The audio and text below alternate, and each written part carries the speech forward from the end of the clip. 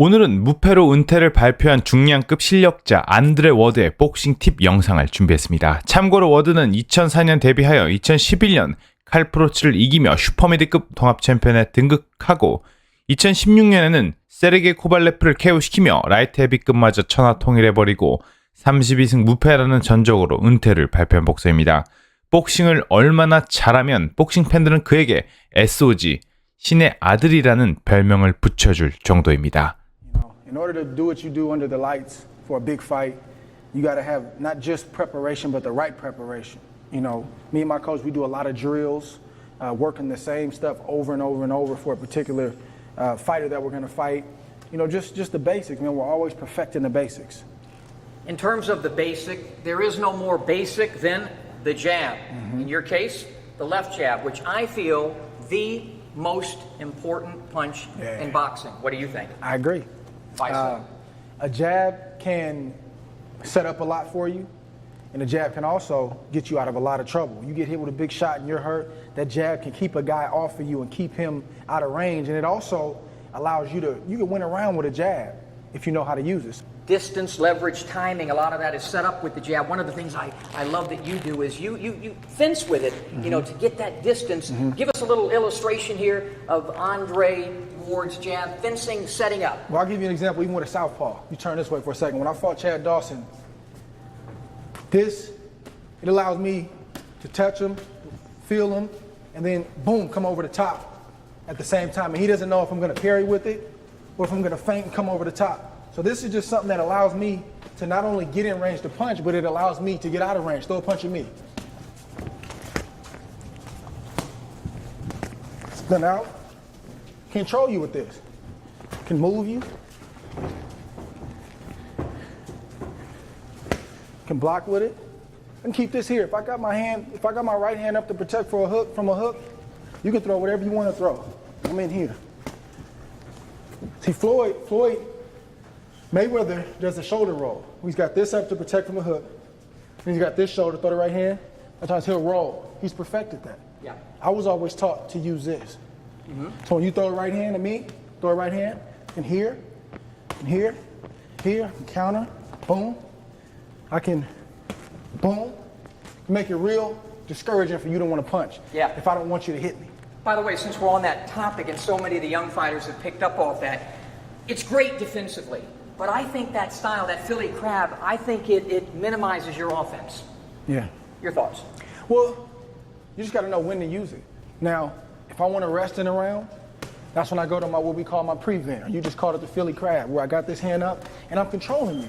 Or if I got a big, strong, aggressive guy, and this is what Larry Holmes did. First couple rounds, I don't need to do nothing but really just jab and just control you. And one punch that I stole from Floyd Mayweather, that he originated, was the jab to the stomach. Right to solar plexus. Put both your hands up. Guys are not ready for the jab to the stomach. I can look a guy right here, boom, hit him in the stomach. That's a body shot, but it's at long range. I don't have to be in close and be susceptible to short shots myself. I can be long range the first 2 rounds, boom, give me that air. Steal air from them. Boom, stabbing them in their gut. That's also slowly breaking them down. But that thing to the body, it can paralyze a guy momentarily as well. It's gonna drain you, but then off of just beating you up slowly, now I can bring something off of the jab. I can take you here, and I've hit you there 3 or 4 times, fake, boom, come with the hook. Or if I still want to beat you up with the jab, I can feint, boom, come with the jab.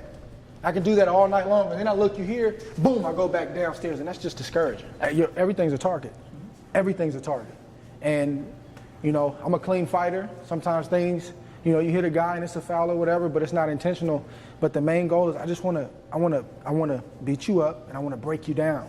And again, and I get caught up in this sometimes. Us young fighters today, we want a clean, knockout, real kind of shot where I don't want to throw. But you got to understand, you may fight a guy with a tight defense, and you got to break him down. You can hit a guy, boom, on his arms. You blocked it, but I still hit you. Yeah. Here, boom, boom. You may block this punch, but it hit you. I didn't hit you in your stomach like I wanted to, but I caught you here, and if I hit you there 4 or 5 times a round for 10 rounds, you're going to start to feel it. And then I start to... So you don't always have to hit the target. You don't always have to hit the target. You got to understand that the whole body's a target. One of the things I've noticed about you is sometimes you're throwing a punch to set up another punch. Yeah. Give us an example of that. Talk about that. Yeah. Well, like I just mentioned with the jab, for me, a lot of times it'll start with a jab. So I don't even have to throw a punch, and I can see what you do if I feint you. Okay, Smitty's got his left hand down. Boom, can feint you. Smitty's I can quick. step out here, boom, come over the top. That's a left, pick your hand up.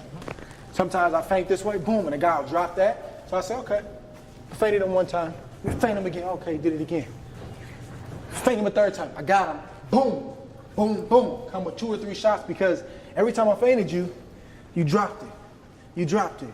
This time, boom, I made you pay for it. In a boxing ring, my opponent has a game plan. I have a game plan. But the goal is to let you know that this is my ring. We're going to fight under my terms. And I'm going to implement my game plan right away. And there's going to be some resistance. But I got to do what I have to do to take control of the ring. This is your house. And one of the ways you control it too is you talk about technical aggression. Talk about the Chad Dawson fight since it was allowed. You did that with him. You did not let him relax. You jumped on him, threw 3 combinations, and you finished with the left hook most of the time. Yeah. Talk about being able to, let's call it bum rush, but with technical skills. Well, it's just being physically strong. Mm-hmm. So some people, they don't know how to categorize my style. So they'll say, oh, he's got speed, or he's a good boxer. But you know, I'll use the phrase that Bruce Lee used before. I'm formless. I'm gonna be whatever I need to be. So one thing that people underestimate with me is they get ready to fight, and the cat is out of the bag right now, but they train to just fight a boxer, but the next thing they know, boom, I've slipped up inside of them, and I can push them back, and I can beat on them. Here, boom, they throw, I can block, come, boom, boom, boom, hit you 3 times. Like with Chad Dawson, we just kept pushing them back. You know, I'm up on you again, but I'm hitting you with short shots. Bang, bang, bang. And no time to react. Bang, bang. Getting you out the way. Then we start all over again. Take you back to deep water. Let you think about what just happened. And then I'm right back again. And it just keeps going on until you break down. And then all of a sudden, boom, boom, like with Chad, and the shot gets through. You're a combination puncher. Why is that so important? See, I thought I was a combination puncher too, until Verge told me otherwise. He said, guys like you, guys like Floyd Mayweather, and even Bernard Hopkins, you're a pick'em type fighter. So you'll use a combination to get a guy out of there. He said, but you'll pick a guy. Bing, bing, bing, bing. 3 shots, walk off. Bing, pick you. Bing, bing, bing. So you see Floyd, and they say, oh, he's only thrown this amount of punches around. Yeah, but he has a 70% connect rate. And I think me, Floyd, and maybe Bernard, we're up there as far as the connect rate. Bob Canobio from CompuBox told me yesterday that you're third, but your level of competition is a little bit better than the other guys. Canelo second. Yes, Canelo second. So we'll pick you to death. And then when I see, oh, he's weak, or I just hurt him, then I step up, and now I'm a combination puncher to finish you. I've just hurt you, so I'm going to the body, to the head, back to the body, boom, until I drop you or the referee waves off the fight.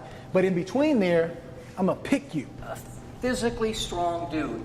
A lot of guys, I don't think, realize how strong you are. Shane Mosley said the same thing in his prime. He felt these guys didn't realize my strength because they saw all that speed. And one of the things that you do is bodying off a guy. It seems like you control, in the phone booth even, you know, you control the other guy's body. And talk about that and how you do it. My inside game, and I still feel like it's evolving, like that came from just years of drilling with Verge. Him saying, listen, in the pro ranks, you're not going to always be able to be here. You got to learn to slip up inside a guy and not favor any hand. That means not just want to throw the left hook to the body, and if it's not there, throw it, but just throw. Muscle a guy back. Let him know you're in a fight. Hold him down. Boom, boom. Get him out of there. Push him back. That's rough on a guy. And then it happens maybe a minute and a half out of each round where I'm pretty, then I'm brutalizing you, getting you off you, holding you up, hitting you with that straight right to the body like I want. Boom. I see your livers open. Boom, boom. Like, that's what it's about for me. It's, man, he's fencing me right now. But you're also, your feet are pretty quick. Yes. Maybe that's that running back and safety that I heard you played in football. Yeah. Because it seems like when you're on the inside with a guy, you're able to, with just in a few seconds, line up his body and be able to angle off, side to side, one side or the other to set up whatever combination you need to get in, whether it be a left uppercut, right uppercut, or left hook, right hook, whatever. Talk about that. Let's illustrate. Yeah. Let me tell you this real quick. These days, a lot of fighters are taught hands first. They never look at their feet. Just throw a jab. You're teaching the kid how to box. I was taught feet first. Learn to use your feet with the jab. So that way, throw at me. Just throw a combination. Control you with my feet. We don't have to throw a punch. I'm making you use your feet. And all of a sudden, I'm back up inside, and we're gonna fight the fight I wanna fight. Now, in the center of the ring, I don't even have to move that much. It's inches, but it starts with my feet, not my hands. Here. Throw a jab. Here. Boom. Got you. I'm off. So it's the feet that... Feet first. If you haven't trained your feet the way that I've trained my feet, you're going to get tired. If all your mitt work is in place with your coach here, and you got to throw a pretty combination, but you're not moving your feet, but I'm drilling my feet every day, moving my feet, learning how to move like this, and we get into a situation where you have to move your feet faster than you want to, plus you're getting hit, it's going to be rough. How does a fighter learn that? You have some God-given talent. How does a guy learn that? Well, it's like I said with me and my coach, drills. Right. Drills in the ring where I want to stand here and look pretty with Bird. He's like, no, come behind the jabs, track me down, and then let go of your punches. And then I'm coming at you, get out of the way. Just years and years of drills. One of the things that I constantly gripe about, probably because I'm old and we never used them in my day. Ali never used them, Ray Robinson never used them, Ray Leonard never, are mitts. And I know they're an effective tool. I know they're important, but they are the most overused thing in boxing with these young kids coming up, in my opinion. I'll just let you comment one way or the other, because I don't know what your opinion is. Well, it just depends on, what your preference is. Some guys never use them. They've been great fighters, like you said. I don't know if Ali ever used it. Never. I don't know about Ray Leonard. No. I mean, those guys bang the heavy bag. Yeah. But it just depends on, I like it personally because it works my hand and eye coordination, and we're able to simulate a real situation. I can bang that bag, it can sound good, and it can look good, and there's a place for that to build up my power, work on the power in my single shots. But if this man can create a situation for me where I have to think, react, and then he can come at me with the mitt, and I have to get out of the way like a real fight, for me, that has benefited me. Then how important is it the guy holding the mitts then? Because I doubt everybody works the mitts and knows what to do like Virgil does. And I'm gonna be honest with you, I don't like a lot of the drills we do because it takes me out of my comfort zone and it makes me work my whole body instead of just standing here banging away looking pretty. But when I get in the ring, it transfers over. When I compare you to other fighters, I go back, I don't know, you won't remember, well, you probably will. You better remember the name Henry Armstrong. Oh, yeah. 3 titles at one time. And then I think of guys, there's some Leonard in you. Mm-hmm. There's some Holyfield in you. There is. Yeah. And there's some Bernard Hopkins. Yeah. The total package. Yeah. What do you think about those names? I've watched all those guys. Every single one of those fighters you mentioned, I've watched, I've studied, and I don't intentionally take from them, but I mean, watching them long enough, you take from them. And I've never wanted to be a guy who had one style where, hey man, Andre's a good boxer, but if you pressure him and bully him back, you'll get him. Or hey, he's a good brawler, but if you box him, you can outbox. I wanted to be an all-around guy, and that's what I'm developing into being is, man, I can fight a tall, rangy southpaw like Chad, but I can also fight, a rugged guy like Abraham or Miranda. Like that's the fighter that I always wanted to be, an all-terrain fighter in this ring where I'm comfortable. If my back is to the ropes and you're coming at me, I know what to do.